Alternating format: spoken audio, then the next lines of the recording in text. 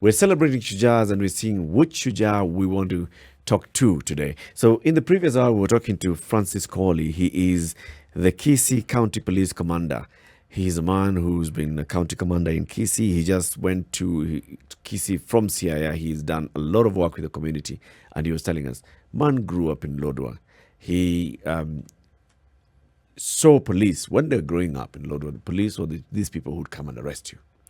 But then as he joined the police service from the administration police, and then the police service was now then harmonized, and now he's a county commander, he has worked with the community, and he believes that the best way to address security and insecurity is by involving the community, getting the community to trust you, understanding what the community is dealing with, and joining them and participating in seeking solutions to everyday problems in the community. Give us an example of a primary school in Kisi, in Siaya, where he went and he realized that the children here basically just need uniform. They don't have uniform. They don't have uniform. So he mobilized his friends and he said, how can you help me contribute so we can buy uniform for these kids? You know what that means when he says it didn't have uniform? It isn't that they were not wearing uniforms. What they were wearing were rags that represented uniforms. Yep. You could identify some basic fundamental colors, but you could also identify patches. You could identify torn garments. You could identify a ragtag collection of clothing that actually do not represent clothing. They represent rags. Yep. Yes. And it's not to mean that their parents don't like them. Their parents hate them. No. It tells you about the situation at home as well. It tells you. It tells you. What it will also tell you is that very many of these students in such situations you will find go to school barefooted. And this same area that he is speaking of, you'll find is represented by an MCA, Yeah. and at a larger surface is represented by a member of parliament. Yeah. There are other community leaders. Yes. But he took it upon himself to basically just do something about it. Precisely. Knowing the existence of all these, their church organizations, they all these things, but he decided, no. This gap is too big. Yep. We have to stand in this gap. Yep. Yes. And sometimes that's what it takes. Just show the leadership. So this is what we can do. And if people see, then even the MCA, maybe they were just short of ideas. The church leaders, maybe they were just short of ideas. They were just wondering, okay, there's so many things happening in this community. Where do I even begin? If you show, this is where you begin. Actually, Eric, you're a really kind person. I am not going to give them the leeway of being short of ideas. No, they're waiting for somebody else to come and do it. That is my view. You live in that same community. When you see people wearing rags, you get to a position where you get used to seeing people wearing rags. So it doesn't occur to you that this is something that ought to be changed. After all, they wear rags. They'll even tell you, but even I went to school in rags. Yeah. But surely, is that the yardstick? Is that the yardstick? When the Commissioner Francis was telling us about the joy he felt, I listened to that little creak in his voice. I can see. It's something that comes from deep within. Yes. It's not just something that's being done for recognition. It wasn't functional. No. It's clear that he's seen that there are many places, there are many situations in society that ought to change. That the yardstick should not be, well, that's how it was when I was going to school. Or that I went to school without shoes. So therefore, everybody who comes after me should do the same thing. No. We must be getting better as we go along. And he's exemplified this. And they did not say so very clearly when I said, why is it that this isn't exemplified by other officers? They said, no. This is not how you go about it. No. You look at part. Yes, that's it really. This is where I am, this is what needs to be done, and this is what I can do. Right. That's what you do. So we can think about a very bad situation across board, right? And say, well, things are bad, what is it that I'm going to do? And he's exemplified. You know what? That where you are planted. There's a famous song that's called Bloom Where You're Planted, right? Where you're planted in the position in which you are, is there something that you can do to make it better? Yep. Instead of, this constant foreboding about, what we need to do is mobilize nationally in the government. So that, we go to maybe the police service, say we set up as a fund. No, just start from where you are. And like what I'm saying, City, is that is leadership. When you start like that, that is leadership. Then now it motivates others to start saying, okay, so this can be done. Others also now join the forces. And he says, with that, when you have the community with you, when you have the community walking step by step with you, then even when there are issues of crime, people are willing to volunteer information. People are willing to help you arrest crime. Big thing. Jonathan Nyinya says, today I celebrate my lovely father, Japunj Boaz Nyinya. You are my hero, Daddy. You always ensure that we grow together as a family and have never failed to unite us despite the tempting situations. I love you, Baba Jonah. Love you, Baba Dorothy. This is to you, Japunj Boaz Nyinya. Your son, Jonathan, says, you're a good father. You are his Shuja this Mashujaa Day. There's another Shuja that we want to celebrate. And this is an oncologist. He's Professor Nicholas Abinya Ndu. So one of the diseases that we've looked at in this country that has really started to ravage the health of many Kenyans is cancer.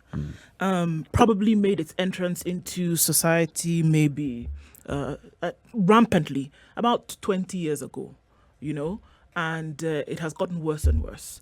The issues that we see surrounding this is that the money that folks have to spend to get better is quite a lot. Professor Abinya is known as the father of oncology in this country. And it's interesting, I spoke to about 4 doctors yesterday, and they said the same thing. People who've benefited because of what he has been able to do. And he said, you know what? I can see this thing is eating our people, literally. And I know that it's extremely expensive, but I'm going to play my part to make sure that we can afford life. And so I'm going to offer up my services for very many for free. And I'm going to say, okay, what can we do together to buy the medicine? But in terms of how I will treat you, I'm not going to charge. What can we do in terms of preventative care in this country? We talk about preventative care so that we don't have to deal with the curative later. He's been at the forefront of this. Healthier eating habits, healthier living habits, and, talking to communities where he is domiciled, but also outside to say, guys, can we go back to how we used to eat? Can we be very careful about what we're putting into our system? Not waiting for government to say, here's a rollout program. Yeah. Saying, in my position, what can I do to help? And it's not him that has sung this. It's the people who've benefited from the care that he has given, who've come out to say, man, I don't know what I would have done if he had not stepped up to the plate to bat. You know what is also interesting is when you look at it, if you look at, say, the article that was presented in the Journal of Global Oncology, I'm talking about the 2019 edition, August 2019, this country has only 35 oncologists. The numbers may have increased since then. So what it means is, if you're talking about, say, 40 million that you have to cater for, so every oncologist has their work cut out for them. Yeah. 3,000 cancer cases which you have to deal with. Yeah. It's a daunting task. It goes beyond the purview of any one person. And when you talk about leadership and the need for people to stand up and be counted, when somebody then takes it upon themselves not to look at the limitations of what they have, but to ask themselves what extra they can do, what else they can do beyond what is required of them. Now, that person then qualifies definitely to be a Shuja. Yeah, definitely. Shuja Professor Nicholas Abinya. Good morning. Good morning. Thank you very much for joining us this morning, Prof. And we are celebrating you as a Shuja because of the work that you've done, and not because of what you have told us. It's because of what others have told us about you. The fellows in the medical profession, people in the community have said, you know what, Professor Abinya has impacted us in a big way. They say that you are the father of oncology in the country. Very, very good thing. Thank you very much for joining us, Prof. Thank you for inviting me. Now, Prof, tell us about what you do. What are you currently engaged in? Right now, I run a private practice in oncology at the Nairobi Hospital. I also run what is called the Max Access Solution Program at the Nairobi Hospital that treats specific cancer cases coming from around the country. We are treating together with a team of oncologists working at the University of Nairobi and the Kenyatta National Hospital. Right now, we are decentralizing the services to the other counties, Eldoret, Nakuru, Kisumu, and Mombasa. We have run this since 2005. It was running at the Nairobi Hospital with the team from Kenyatta National Hospital and the University of Nairobi. Up to now, from now, we are decentralizing it. What program do you offer here? What kind of support do you offer? What we do is patients with specific cancers, different types, chronic myeloid leukemia, gastrointestinal stromal tumors, dermatofibrosarcoma protuberans, kidney cancer, lung cancer, have a foundation in the United States called Mark Success, which provide free drugs, donation drugs, and we treat patients with this also free. So we do a clinic every other Saturday at the Nairobi Hospital. And patients come from all over the country and also from outside the country. Some come from Uganda, Tanzania, though those countries also are now having their programs. And we see them. They are seen free. The pharmacy is free. The nursing is free. The drugs are free. Wow. So they just pay for laboratory services and for transport. And during COVID, we were reviewing their files, reviewing the results, prescribing, take to pharmacy, and then the pharmacy couriers the medicines to them. They pay for courier services. And then the medicines are taken back to them. And they take them back wherever they are at home. But now we are doing physical clinics. Why did you decide to go this route, Prof? I mean, you could have just said, look, I'm practicing, I've been practicing, I have mastered this, and I'm just going to continue. Why did you decide that there needs to be an element where people who are suffering then need to get this relief? Why did you do this? Do this access program? Yes, where people are coming to access, medicine for free, able to access services, treatment for free. Why did you decide to go this route? Okay, in the year 2001, a new drug was actually discovered that changed the whole treatment of the chronic myeloid leukemia.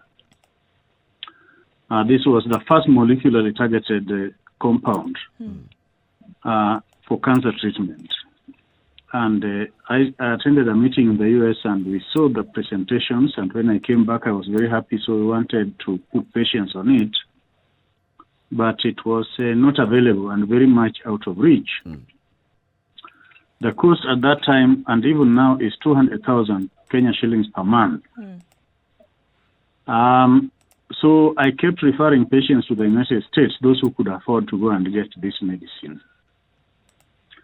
So one day, about 2005, I got a call from Kampala, from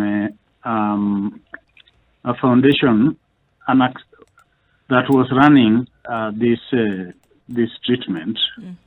A foundation had been formed in the US by a lady called Pat Garcia Gonzalez. She was a mother of a young man called Maximilias. Maximilias had died of chronic myeloid leukemia in the mid-90s. And the mother decided to form a foundation that would make sure that people with chronic myeloid leukemia did not die because of shortage of medicine as her son had done.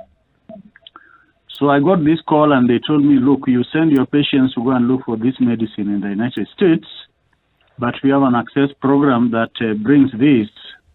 And at that time, I didn't know that at the Nairobi hospital, they had identified somebody in the laboratory. And that was Professor Riyat.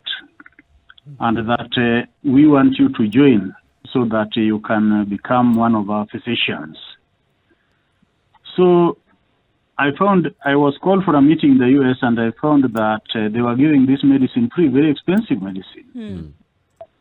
So I said, well, if somebody from outside there is going to give us expensive medicine for free, then we also have no business charging our own people for getting that medicine.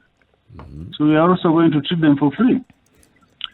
So in the latter part of 2005, we started enrolling patients on this. And now we have in excess of 2,000 patients who have been treated on this program over the years with this medicine. And other conditions have also been included. So we are now treating different types. And my colleagues who worked with me at the University of Nairobi and at Kenyatta National Hospital joined us, and we are doing this treatment, and we are doing it free for this group of patients. How many patients? And the Nairobi Hospital is not charging for these years for it, because they also understand that a service needs to be given. Professor, how many patients do you see monthly, annually? With one condition or just all types of cancer? I want to talk about all cancers. The number is big. I mean, annually, you are talking about many breast cancers, you are talking about many prostate cancers, you are talking about many chronic myeloid leukemias. Like chronic myeloid leukemia, in a week, you are seeing at least 5-6 new cases in a week. And you are putting on the program, so there are many. There's a reason why I ask, because with the emergence of new cases, there's always been the issue of mortality. Yes. But with the program that you have, I am of the distinct opinion that mortality has since been reduced. So the question I really want to ask is, by what margins have you and your team managed to reduce the mortality rate that we previously had of cancer cases in the country? Well, if you look at all cancers in the country, we have not quantified the margin with which we have reduced the mortality. Yes. But I believe that cancers like breast cancer, these leukemias, prostate cancer, cancers of the colon, rectum, malignant lymphomas, we have significantly reduced mortality. Yes. One can say maybe we have reduced them by up to about, let's say, 30-40% from where they were. I had a clip that was saying there was how many oncologists in the country? 25? No. 35. Right now there are more oncologists in this country. Yes. If we talk about medical oncologists alone, that is internal medicine experts who go and study cancer medicine, we have 15, and those used to be called cancer chemotherapists. That alone. Then we have the group called clinical oncologists. These are the group that do their general degree and then go and do cancer treatment, both radiation and chemo. We have again 15. Then we talk about a group called radiation oncologists. Radiation oncologists, again, we have about 10. Those are the ones who do only radiotherapy. But in this country, they also do chemotherapy because of the shortages. Those are 10. Then we have the oncologists who are initially gynecologists, then study oncology. We have about 8. We have 6 pediatric oncologists. Then we have surgeons in oncology. So the numbers are, and then we have oncology nurses. We are now getting oncology pharmacists. So the numbers are getting larger, and in fact, Kenya is the number one country in sub-Saharan Africa, south of Egypt and north of South Africa, with the biggest number of oncologists. I think this is followed by Tanzania. And just to say that, to add that, I started the medical oncology fellowship training at the University of Nairobi, and this is training internal medicine experts into oncology, and that has graduated 8 oncologists, medical oncologists, including one South African. I started a radiation oncology master's program at the University of Nairobi, and this is training radiation oncologists. And I also participated in starting a gynae oncology fellowship program at the University of Nairobi. So the numbers are going up. It's not that we have that small numbers. And all in no mean measure thanks to all the work that you've done. When they call you the father of oncology in Kenya, then we can clearly see this is what they mean. And we celebrate you this morning, Professor. Professor Nicholas Abinya is one of those that are true Kenyan heroes, and we celebrate you this morning. Thank you very much for speaking to us, Prof, today. Thank you. Thank you very much. Thank you. Bye-bye. You know, where else do you look for heroes? They're here with us on a daily basis. The heroes walk among us. They walk among us. Yeah. Yeah, what he's done, he has participated in training, in building capacity, in expanding, increasing the number of people who actually understand what is affecting us, and here the number of patients that he sees on a daily basis. Did you hear him mention a politician being involved? No. Did you hear him mention the Ministry of Health being involved? No. He and his colleagues took the initiative. It's taking personal initiative and deciding, you know what, I can do something. I'm going to use the space that I've been given to impact and to bring change. These are the heroes that we're celebrating. Let's take a break and talk Kenya's biggest conversation, the Situation Room. We're here every weekday morning between 6 a.m. and 10 a.m. It's an energy sapping show. My friend. Talking throughout. That's why we have a heavy breakfast before we get into the studio. And when we are on the show, our friends at Minute Maid have also come to give us an energy boost. So like now I'm having this fruity boost, Minute Maid fruity boost. Mango juice with a boost of milk and nutrients. Oh, how about that? To keep you going. You know what Nothing is like keeping you going when you're having a conversation. That's You know for what is sure. actually strange, huh? I like milk. You like milk? I like mangoes. So put together, it's like a dream in No. your mouth. And you like nutrients. And you like nutrients. Well, I do. So there's magic happening in your I've mouth been right told since I about was a now. child that these things are good for you, vitamins Right. and more vitamins and so forth. But now, I had never really encountered this milk and mango thing. Huh? It has wonderful things to my palate, actually. Right. It tastes good. It tastes So very there's a nice. You cannot sensationary, taste the milk. You cannot taste, but you know that there's milk somewhere there. a burst of sensation that's good for your body. There you go. So are you talking to me on my body? All of you together. Okay. But what I like about it, though, the infusion of sugar that now introduces that much needed energy at this hour. Yeah. Huh? Delightful stuff, this. Right around that 8:30, right? Man, 8:30, there's usually a dip. Nurturing every moment, Minute Maid. And we have, so they've given us to just sample some of the various Minute Maids that they have. There's the Fruity Boost Mango on with boost of milk and nutrients. There's a tropical juice with a boost of milk and nutrients. We've got the Minute Maid Nutri Defenses Nectar. There's a pineapple one here. There's a pulpy orange. There's the apple Minute Maid. When you're packing for your kids, for example, if they're going to school, and you know they need energy constantly. It's a good one. It's a supplement for your breakfasts. Indeed. As we celebrate Mashujaa Day today, some of the soil cells, I celebrate Siti Muga. Huh? Well, there's also Ndu and Eric, but it's more of...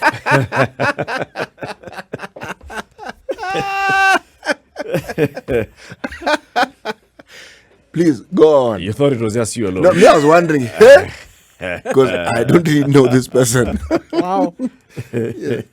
Thank you very much, Son of the Soil, for celebrating us. Who is your Shuja, and who do you think ought to be celebrated today by you and others in the community? People who live among us, who are doing things. You know, just imagine somebody who, we've seen somebody said, there's somebody who helped pay for your school fees. Yeah.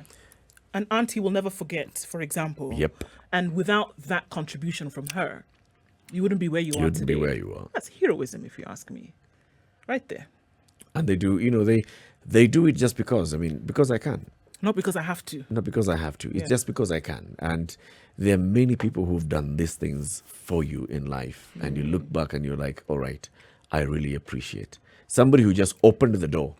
It's just because they had the opportunity. They opened the door for you and told you just go in. Go in and find what you can do for yourself. But just because all you needed is just that phone call, that phone contact. City, I have a young man. Would you please see him? That was enough. No, Yes. it's an example I'm giving. And I'm looking at him and Oh, I'm you're saying, looking yes. for the young man. Yes, and indeed, but that really is, that is opening the door. Yep. Just because he needed to talk to Siti Muga, and I have contacts of Siti Muga, and just call Siti Muga, there's a young man who is looking to do A, B, C, D. Would you spare a moment to see him And chat with him. and chat with And him? listen to him. Yep. Those are our everyday heroes. When we were speaking to Professor Abinya, and you listen to the work that he's done both at the Nairobi Hospital with KNH and other doctors at the University of Nairobi, and that opportunity that came, he says he got a call from Uganda. Yes, he did. somebody told him, there's this family, there's what they're doing, and they're deciding they want to offer. How about? And Professor Abinya didn't think, okay, yeah, now I can get this medicine for free. So what I'll do is I'll reduce my fee. Okay.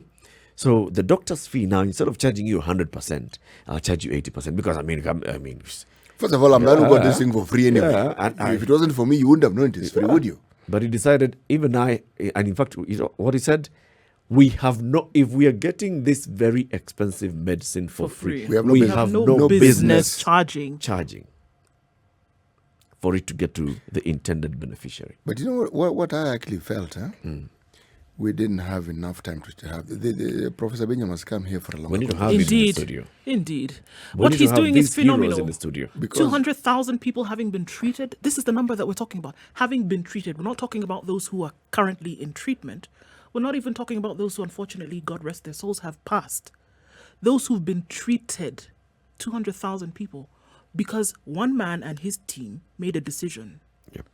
I mean, it's phenomenal. You know, what really touched me, when you talked about the numbers of people who are being trained in specific specialities, gynecology, medicine, pediatrics, and then training nurses, clinical officers, training an entire cadre of people who work in oncology, opening up units for this specific training. You see, now that is how you work for longevity. That is how you ensure that whatever you're doing lives beyond you.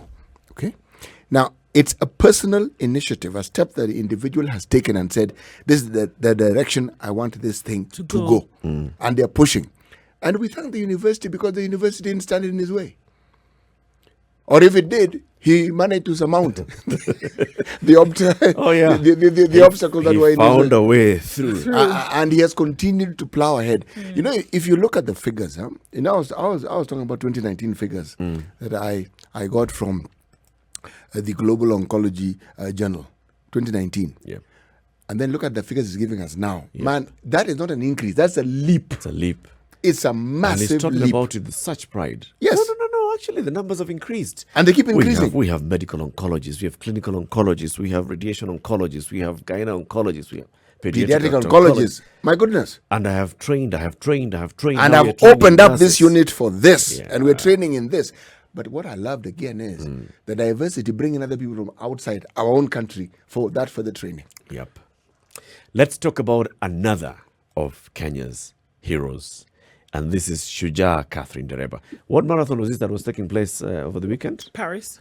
And the other one before the other weekend? The other weekend? Where Kenyans just did something. There was Boston. Right. Yeah. Boston will never forget Catherine Reba. No, they won't. She went there and she was like, "That's you what? Record. World record. Obliterate. What is this? Chicago will never forget Catherine Reba. No. 40. This year, okay, I'm coming. Okay. Win. Next year. Win. The world will never forget Catherine Reba. Do you know? She has won the World Marathon Championships. Eric, before Catherine Reba, Kenyan female marathoners were not really known. Not really. She put that particular discipline and more or less etched it into the mind. The world had known Kenyans to be middle distance runners. Yeah. And good at it. Yeah. One marathon here and there. But now that one, 4 times, it's etched. You can't remove it. And that class of runners, they were not just winning once. No. Catherine Reba, Paul Tergat. Yes. Catherine Reba, Paul Tergat. Yes. Shuja Catherine Reba joins us on the line. Good morning, ma'am. Good morning. How are you? Very well, thank you. Thank you very much for speaking to us today in the Situation Room on KTN. This is a happy Mashujaa Day to you, Catherine Reba. Happy Mashujaa Day to you. We are all Mashujaas. Oh, yes. Some more than others, though. I'm running in a suburb of Karen. Okay. Why do you still continue to run? Why? What for? Well, let me tell you something. Yeah. I feel like nothing can part me from running. Okay. And my prayer always is that God give me strength that I can be able to lift a leg and put it in front of the other one. Yeah. Even at my old age. And that is phenomenal. seeking Yes. strength to be able to lift one leg in front of the other at whatever Yes. age. So Yes. what do you do then after? Okay, so let's assume that every day nowadays you wake up, you do a run. Then what do you do with the rest of your days? What do I do the rest of my day? Yes. Weekdays, I work at the Kenya prisons. Okay. I am the current prison sports coordinator. Okay. Yes, and my work is to coordinate sports. When I talk of sports, all disciplines, you can name it from athletics, volleyball, football, wrestling, karate. The newest now is rugby. In prison. Yeah, in prison. We have a team that we have formed because the pioneer of that team is one of the Kenya Seven. All right. It is none other than Lugonzo. Ligonzo is Yes. also with the prisons. Very good. Yeah, he's with the prisons. We enrolled him in 2016. Very good. Yes.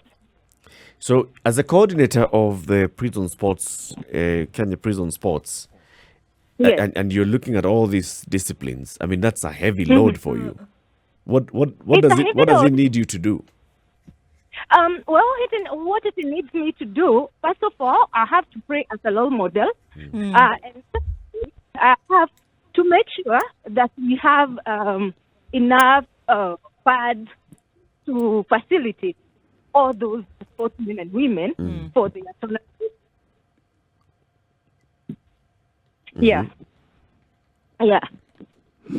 Of which it's not an easy task because sometimes, there is no money. Never. I don't think you ever have enough money to do anything. But by grace, we are managing. Sure. Catherine, the times that Yeah. you used to run, competitively, as you said, those times have ended. But clearly your influence in the sport has not. There are many, many young athletes who are still looking up to you today. And clearly you still have, a part to play in their lives as a coach out there. Apart from your day job at the Kenya prisons, you're still mentoring and you're still training young men and women on how they can impact in sport for their country. Why do you choose to do this? It would be very easy to hang your boots and say, you know what, I'm just going to keep fit every morning and do my day job. Why did you decide to continue working with young people? May I tell you why I decided to keep on working with them? Yes. It's because I really wanted to give back to the society. And I knew very well that if there was no one to hold my hand to get where I am, honestly, I could not see the light. And that's why I am still holding my position in a Kenya prison so that I can be able to assist others to become great women and men in this country. The prison service and let me call it the discipline service in this country have for the longest time housed and employed and been the home of very many of our athletes. Yes. Is there something special that the discipline services do that enable athletes to sort of like come up? Yeah, let me tell you why. In fact, I had to join the Kenya prisons. It was just through an advice from one of the coaches who used to work at the Kenya prison. Originally, when I finished my KCSE, I was really looking forward to join a teaching college and become a teacher. But when I shared my dream, and the coach had seen the potential that I have, he said, well, Catherine, I don't think you'll be able to exploit your talent as much. So just go think. He given me 2 weeks. I had to think about it. And then after 2 weeks, I had to go back to him and I told him what I've decided. Because he told me, the only place you can get enough time for training is when you join one of the forces. So I decided that, yes, I want to join the Kenya prison, whereby I'm going to get a coach and I'll have free time to be able to train and to exploit my talent to the maximum. Yeah. It's worth noting, Catherine, that you're recognized in Kenya but then you're still also recognized globally for your contribution to the sport, in as much as it's an individual sport whereby you have to keep, working on yourself as an individual. This can clearly spread to other people. What would you like to see in terms of Kenyan athletes? What would you like to see playing on a global stage? And how do you think your current position, even in terms of training and coaching, and your still continued, conversations with people on a global stage, what would you like to see for Kenyan athletes, and how can you see that brought to realization?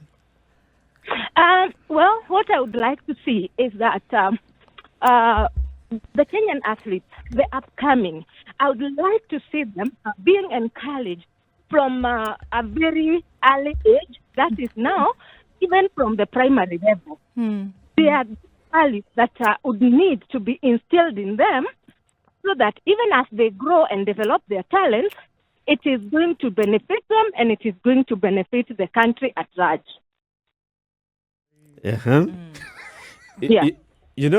Catherine, as you say this, there's about nurturing the other young and upcoming talent, but there's also what we are seeing now. There's a lot of mentorship that's needed, especially as the people now break into that international limelight, as they start making big winnings, and there's a lot of money that you're making, and then how to manage that, how to manage your family, how to manage yourself in this new, the world is different from when you started running, Catherine. So what kind of services do you think young and upcoming athletes need to be given in terms of just mentorship and nurturing them?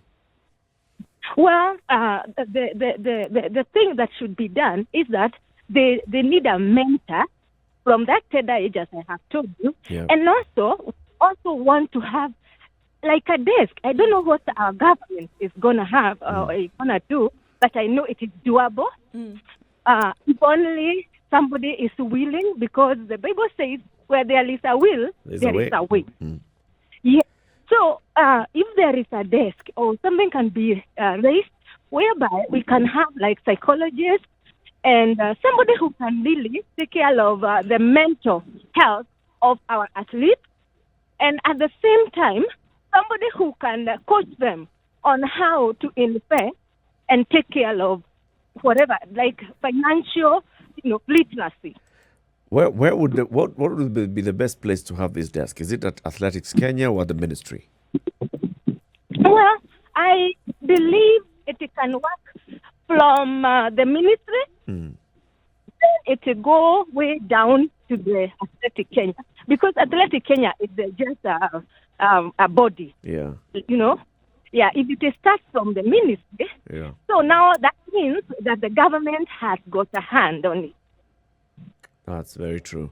And then what would be required to just get this thing sorted out? I mean, does it need any law to be enacted? Does it need any change in policy, or would it only need for the head at the sports ministry, the CS, the PS, to say, let's set this thing up? Yes, I believe it will involve the CS, the PS, and also the head of state.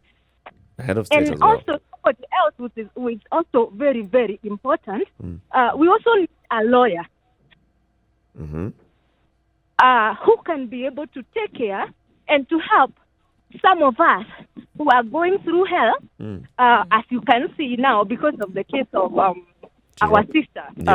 May her soul rest in peace, as an advocate. Because you have seen what has gone through, and if there is a good lawyer who can guide us and guide the family of such, people, it will be very good. Aside from the Somebody prisons, who is not going to be biased, because majority of people in this country are so biased. they're in it for something. Yes.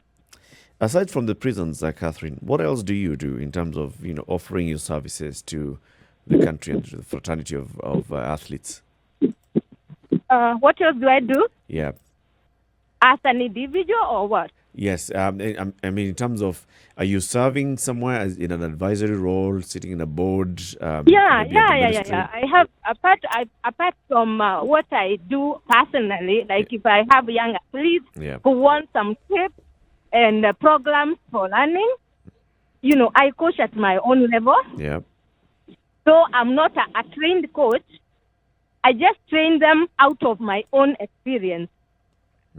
And the rest of what I'm doing is that I'm a member of Kenya Sports Academy. Yep.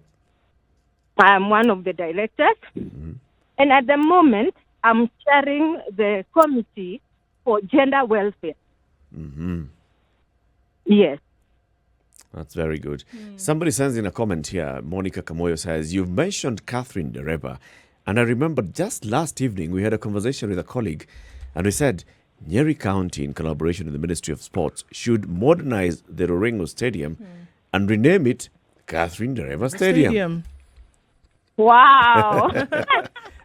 Campaigns are already starting, Catherine. I mean, you Oh ought to, my you God, ought to that would be, be great. you ought to be, remembered in a big way, and also people to be appreciated for all the stuff that you've done, not only for Let me yourself. tell you something.